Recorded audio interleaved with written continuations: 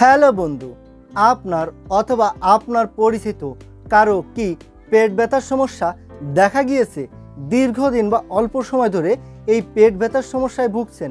হয়তো এর জন্য অনেক অভিজ্ঞ ডাক্তার দেখিয়েছেন, বিভিন্ন ধরনের ওষুধ সেবন করেছেন অথবা অনেক ঘরোয়া পদ্ধতি ব্যবহার করেছেন। হয়তো ওষুধ সেবন করলে এই পেট ব্যথার সমস্যা কিছুটা কম থাকে, কিন্তু পরবর্তীতে আবার দেখা যায় হয়তো আবার ওষুধ সেবন করেও পেট ব্যথার সমস্যা সমাধান হয় না।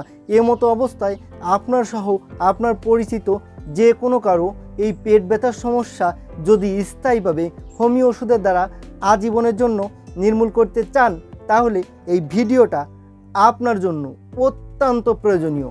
আমি এই ভিডিওতে পেট ব্যথা হওয়ার কারণ, বিবরণ এবং লক্ষণ সম্পর্কে বিস্তারিত আলোচনা করেছি এবং ভিডিও শেষে আমি যে হোমিওপ্যাথি ওষুধ বলেছি এই ওষুধটি আপনি সহ আপনার পরিচিত যে কোনো ব্যক্তি সেবন করিলে এই পেট ব্যথার সমস্যা স্থায়ীভাবে নির্মূল হয়ে যাবে। তো আপনাকে স্বাগত জানাই টিপস 20 চ্যানেলের পক্ষ থেকে। আমি হোমিওপ্যাথি ডাক্তার পল্লব। পেট ব্যথার সমস্যা এটি একটি অতি পরিচিত সমস্যা। ছোট থেকে শুরু করে বয়স্ক অবধি যে কোনো ব্যক্তিরই যে কোনো মুহূর্তে পেট ব্যথার সমস্যা হতে পারে। জীবনে একবার হলেও যে কোনো ব্যক্তিরই এই পেট ব্যথার সমস্যা হয়ে থাকে। এই পেট ব্যথার সমস্যা হলে এর কারণ অনুযায়ী ওষুধ সেবন করলে পেট ব্যথার সমস্যা সেরে যায়, এটাই স্বাভাবিক। কিন্তু অনেকের এই পেটের ব্যথার সমস্যা দীর্ঘদিন যাবৎ চলমান থাকে। ওষুধ খেয়ে কোনো রকম কোনো সমাধান হয় না। ওষুধ খেলে হয়তো কম থাকে, কিন্তু পরবর্তীতে আবার দেখা যায়। এই ধরনের পেট ব্যথা শুধুমাত্র হোমিও ওষুধের দ্বারাই সমাধান করা সম্ভব।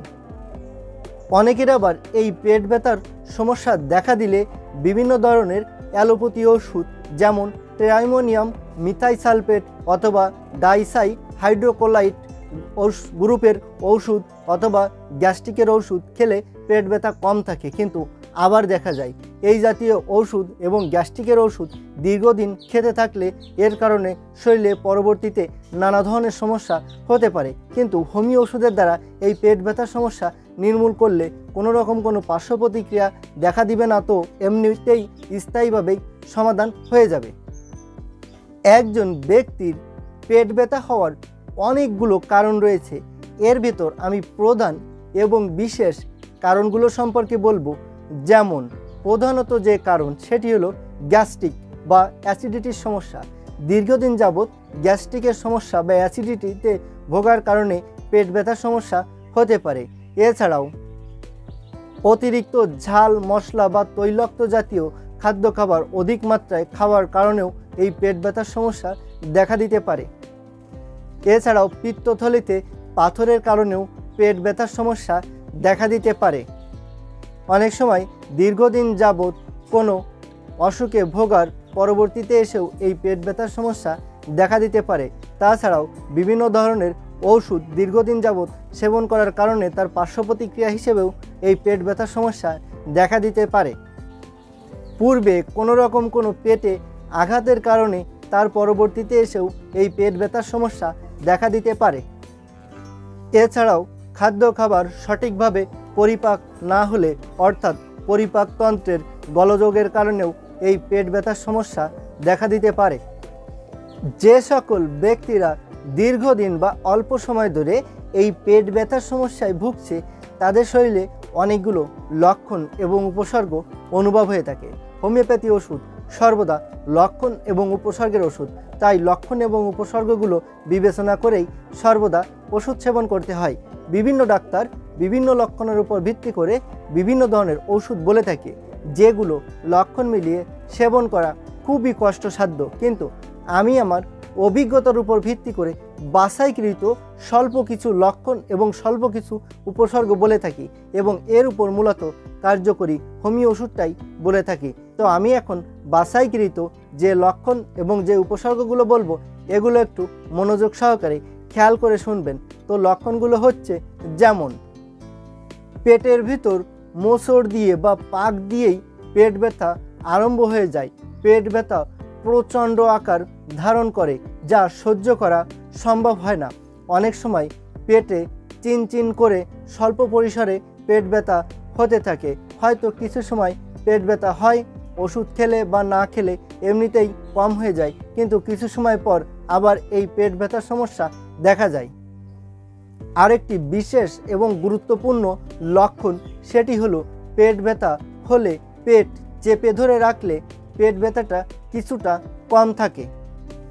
সামান্য একটু ভাজা পোড়া বা মাংস জাতীয় খাবার খাওয়ার সঙ্গে সঙ্গেই পেট ব্যথা আরম্ভ হয়ে যায়। কখনো পেটের ডান পাশে ব্যথা করে, কখনো পেটের বাম পাশে ব্যথা করে, অথবা কখনো নাভির চারপাশ দিয়ে পেট ব্যথা হয়ে থাকে। অনেক সময় পেটে ব্যথা সহ পেটের ভেতর একটা জ্বালা জ্বালা ভাব অনুভব হয়ে থাকে। পেট ব্যথার কারণে সঠিকভাবে খাদ্য খাবার খাওয়া সম্ভব হয় না, এমনকি পেট ব্যথার কারণে জীবনযাত্রায় ব্যাঘাত ঘটে। গ্যাস্ট্রিকের ওষুধ খেলে পেট ব্যথা কিছুটা কম থাকে, কিন্তু পরবর্তীতে আবার দেখা যায়। তো বন্ধুরা, আমি এখানে বাছাইকৃত স্বল্প কয়েকটি মাত্র লক্ষণ এবং উপসর্গ বলেছি।